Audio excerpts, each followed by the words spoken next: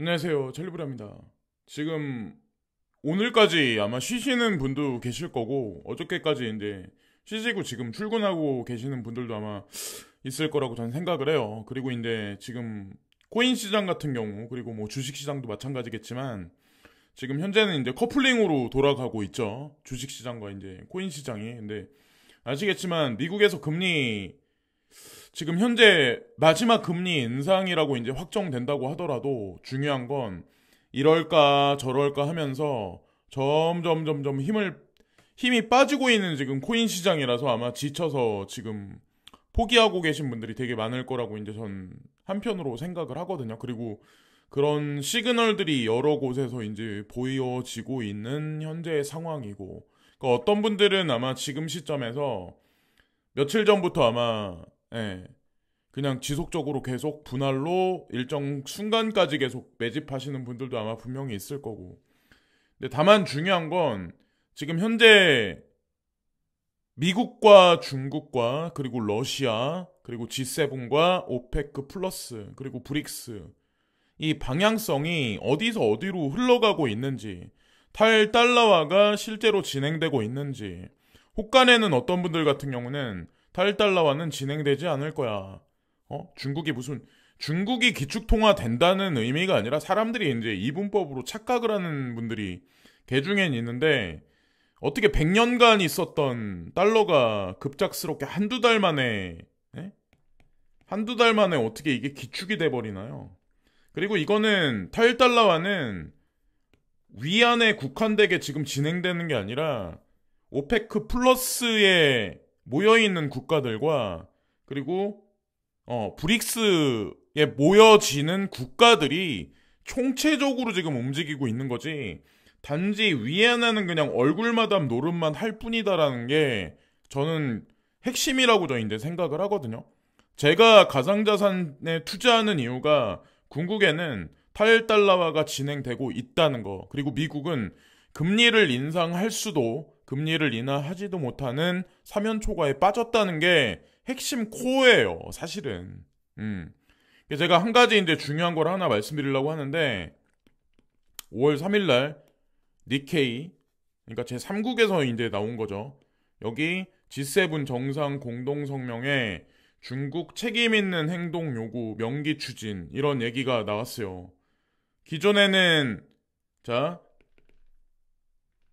국제적으로 무슨 이슈가 생기면은 보통은 G7이 보통 본인들이 이를 미국이 앞장서서 G7을 대동해서 프랑스라든가 독일이라든가 이런 국가들을 같이 공조해서 뭔가 경찰국가 노릇을 했었어요. 근데 G7에서 이제 향후에 이번 달 말에 아마 제가 알기로 회의가 있는 걸로 알고 있어요. 근데 이런 얘기가 있어요. G7은 이번 정상회의 공동 성명에 최초로 중국에 관한 항목을 별도로 만들 문제점을 지적할 것으로 전망된다. G7은 중국의 러시아의 우크라이나 침공 등으로 흔들리는 국제 질서 재건에 협력하도록 촉구하고 안보나 사이버, 경제 분야에서의 대응도 요구할 계획이다. 이 의미를 잘 보셔야 돼요. 여기에 이분법을, 개인의 이분법을 집어넣으면 안 돼요. G7이 중국한테 요구를 한대요. 국제질서 재건에 관해서. 예? 러시아, 우크라이나 전쟁에 관해서 이거를 협상 타결이나 종식에 관해서 G7이 요청을 하는 거죠. 압력을 가한다라 어떤 그런 의미일 수도 있는데, 왜 본인들이 못하고 왜 중국을 내세울까? 러시아가 중간에 껴있어요. 러시아가 G7 얘기를 들을까요? 제가 한 가지 이제 지나가는 김에 미국과 러시아가 있어요. 근데 한국 대부분의 분들은 아마 미국에 관해서 막 엄청 옹호하는 바론, 객관적이지 않은, 오히려 일본 미디어가 조금 객관적으로 좀 칼럼이나 글을 많이 써요. 편파적이지 않게. 근데 객관적인 입장에서 러시아가 핵무기가 더 사실 미국보다 더 많이 가지고 있어요. 이거는 구글링에서 좀만 찾아보셔도 아세요. 전략무기 자산에서도 마찬가지로 그렇게 막 크게 밀리진 않아요. 그러면 러시아는 중국 얘기를 들을 가능성이 높아요. 이 분쟁이 만약에 협상 타결돼서 종식이 되면 이거는 인플레이션의 점진적인 하락과 연결이 돼 있습니다. G7이 이거를 해결을 못해요. 이미 인지를 하고 있어요. 자, 중국이 트리거 포인트로 작용을 한다는 거죠. 그래서 미국이 했던 역할을 중국이 앞으로 대신해서 할 수 있을 가능성이 점진적으로 높아가요. 그게 공중파 미디어에는 향후 아마 나오지 않을까라는 생각을 합니다. 지금 당장은 눈에 안 보이지만 또 하나 그리고 코인 시장하고 아주 깊숙하게 연관돼 있습니다. 달러하고 사실 연관돼 있으니까. 그리고 G7에 우리가 생각하고 있는 여기에 나와 있는 7개의 국가는 전부 다 미국을 도와줘서 같이 공조한다라고 생각을 하지만 캐나다 빼고 나머지는 전부 다 빠집니다. 지금 현재는 아마 공중파 미디어에서 그리고 많은 사람들은 아마 이거를 모르고 계실 거예요. 근데 저는 알아요. 제가 예언자라서 그런 게 아니라 저는 항상 이제 여기 이미 뭐 팬데믹 회원분들한테는 이 정보를 며칠 전에 이미 제가 이걸 뭐 매칭해서 이제 말씀드렸는데 여기 보시면 2010년을 필두로 해서 미국의 원유 수입량이 늘어나는데 이게 캐나다예요. 이게 캐나다예요. 캐나다는 지정학적 위치가 북미에서 상부에 캐나다가 있으면 밑에 미국이 있습니다. 바로 옆 나라죠. 자, 뗄래야 뗄 수 없는 관계예요. 캐나다 같은 경우. 근데 여기 나와 있듯이 나이지리아, 이라크, 사우디아라비아, 멕시코, 베네수엘라, 기타 등등은 미국으로 수출량이 점진적으로 하락을 여기서는 두꺼웠죠. 근데 2010년부터 급변하기 시작을 하죠.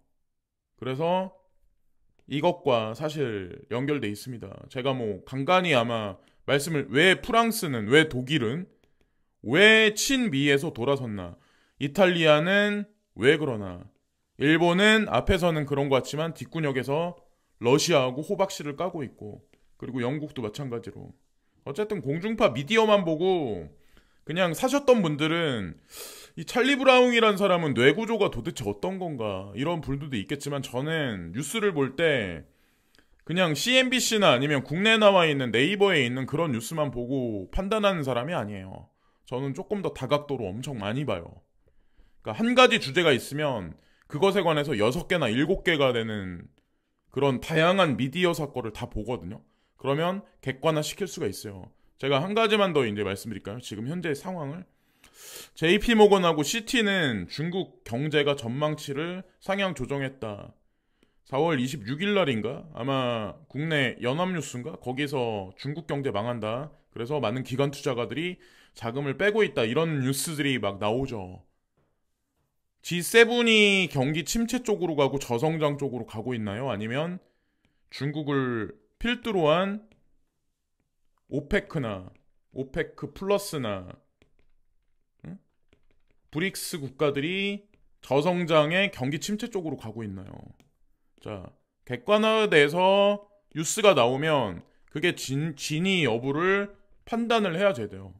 자, 여기 한 가지 더 추가적인 사항을 말씀드리면 5월 5일 날 나온 거예요. 이런 거는 찾아보지 않으면 몰라요, 우리가. JP모건, 제이미 다이먼 회장 4년 만에 중국 본토 방문. 왜 방문할까요? JP모건은. 그래서 여기 보면 3일간 모건 테크 익스체인지 컨퍼런스, 중국 신경제 포럼, 글로벌 차이나 서밋을 개최할 예정이다. 그래서 3가지 대형 컨퍼런스를 JP모건이 주도하에 상하이에서 개최를 합니다. 대규모 자금을 투입하기 위해서 준비를 하고 있는 거죠. 이미 몇 년 전부터 JP모건 블랙록이나 이런 대형 금융기관들은 사실은 이미 투입을 했었어요.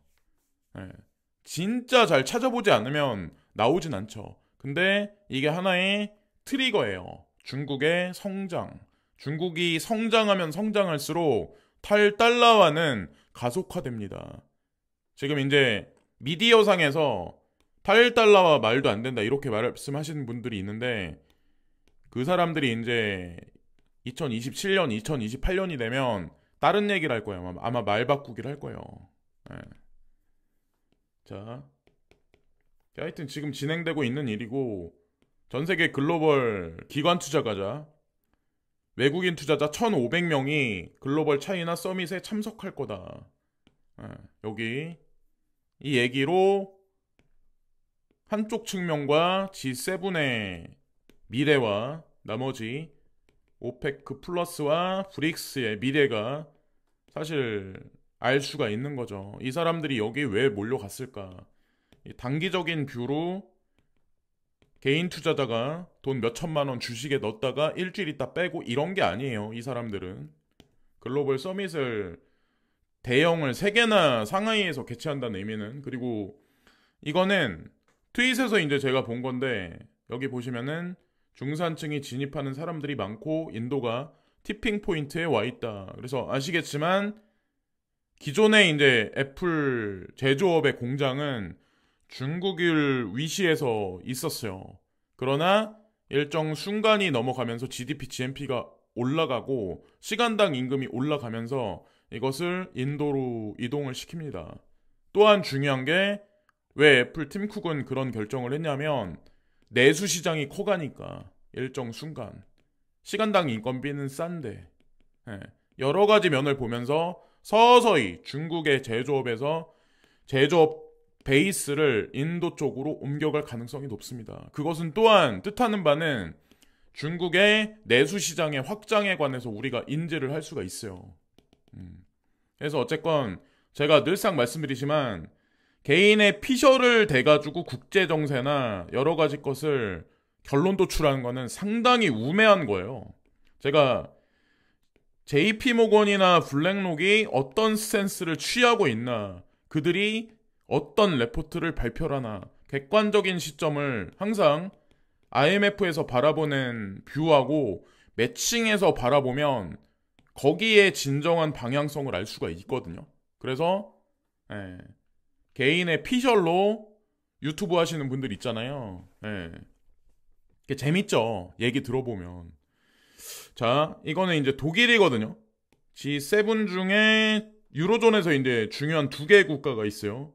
하나는 독일이고 하나는 프랑스. 지금 어떤 스탠스인지 아마 아실 거예요. 지금 현재 프랑스는 어떤 입장인지, 독일은 어떤 입장인지.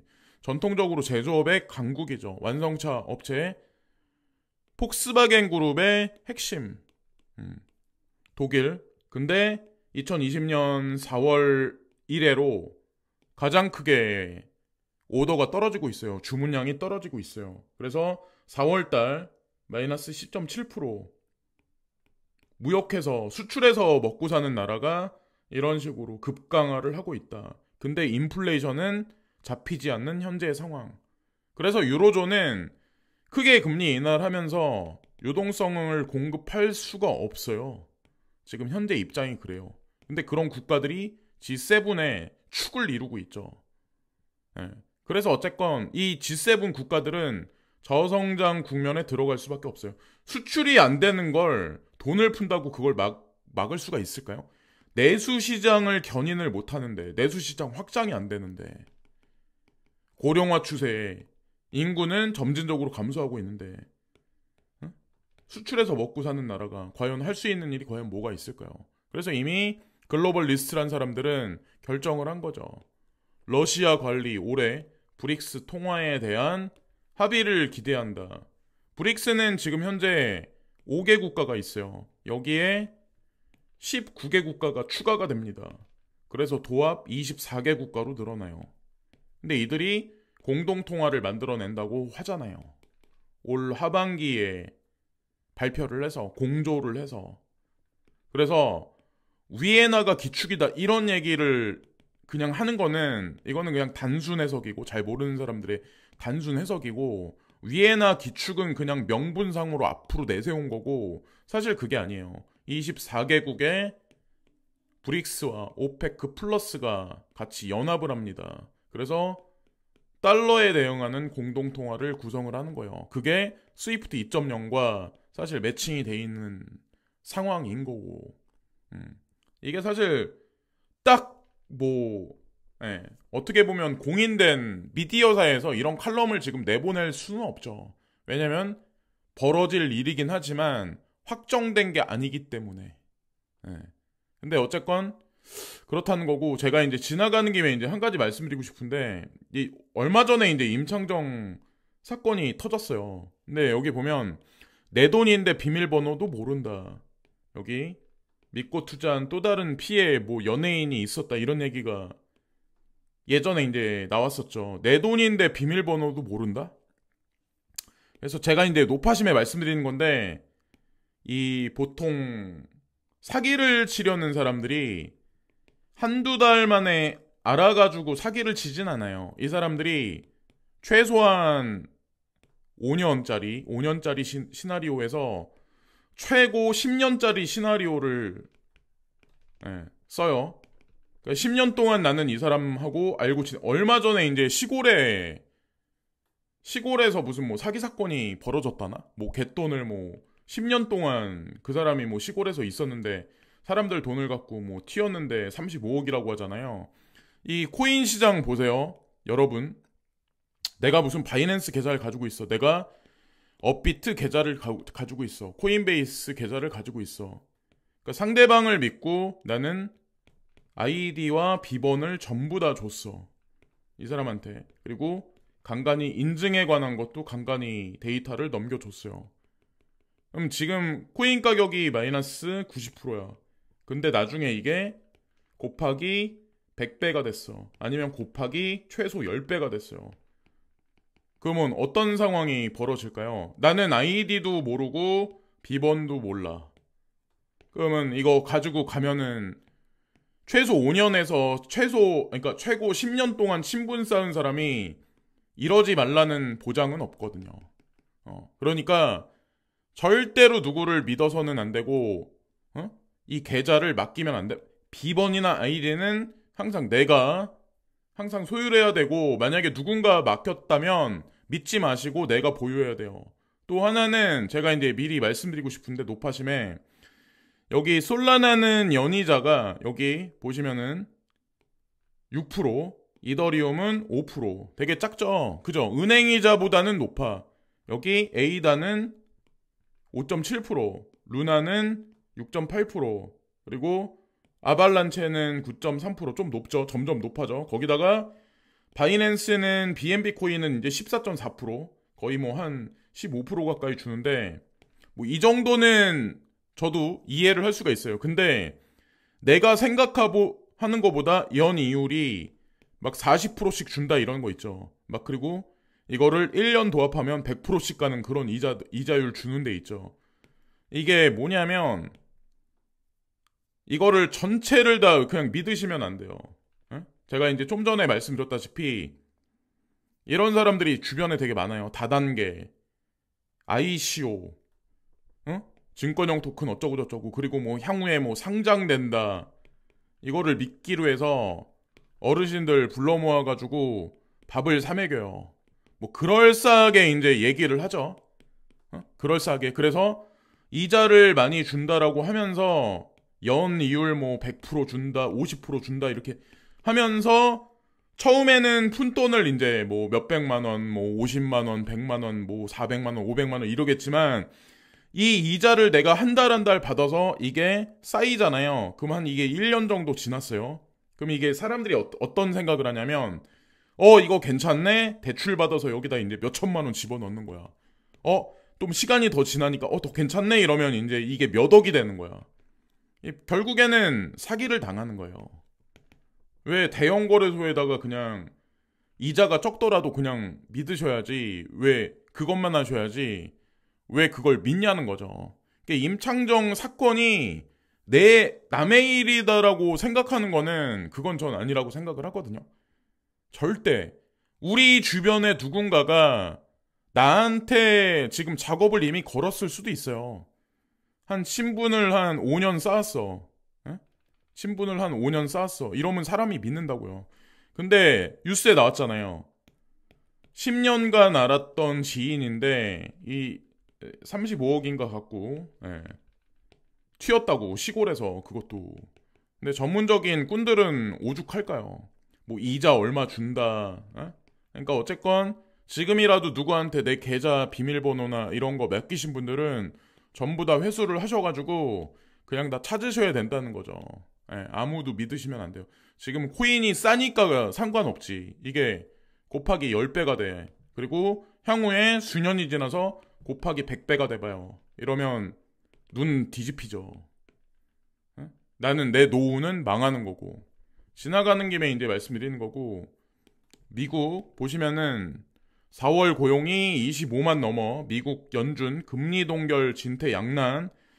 제가 코인 투자를 하는 궁극적인 이유가 사실은 여기 있어요. 예전서부터 말씀드리지만 그냥 잘 모르는 분들은 이래요. 그냥 금리 내려서 유동성 공급하면 또 미국은 계속 확장하겠지. 아무 일 없듯이. 근데 지금은 현재 그게 아니라니까요.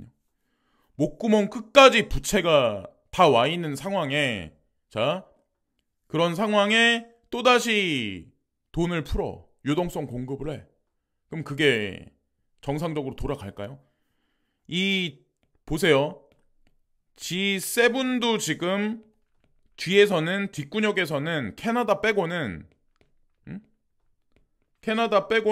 다 지금 뒷구녕에서 딴짓 하려고 지금 하고 있고, 현재 상황이 오페크 플러스와 이들은 왜 달러에 관해서 왜 지금 그러고 있을까요? 결국 남는 국가는 호주랑, 제가 알기로 호주랑 캐나다, 그리고 지정학적 위치에서 몇 개 안 되는 국가만 미국하고 이렇게 움직일 가능성이 높아요. 아주 스무스하게 천천히.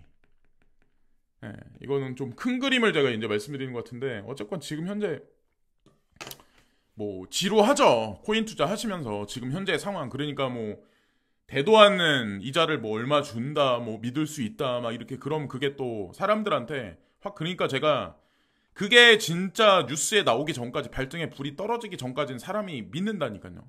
그러니까 항상 색안경을 끼고 주변에서 누가 뭐 뭘 그걸 한다 그러면 재미 삼아서 돈을 뭐 100만 원, 200만 원 이상은 안 된다는 거죠. 그리고 내 계좌의 비밀번호나 아이디나 이런 거는 전면적으로 다 찾으셔가지고 다 바꾸시는 게 제가 보기에는 좋다고 생각을 해요. 그래서 임창정 사건을 반면교사 삼아서 잘 이제 더 시간이 지나기 전에 이제 생각을 해야 된다는 거죠. 그리고 코인 투자나 뭐 탈달러화는 어차피 진행되고 있는 와중이기 때문에 그것에 관해서는 크게 뭐 염려하실 필요가 없다라고 저는 생각을 해요. 여기까지 말씀드리면서 오늘 방송을 마치겠습니다. 감사합니다.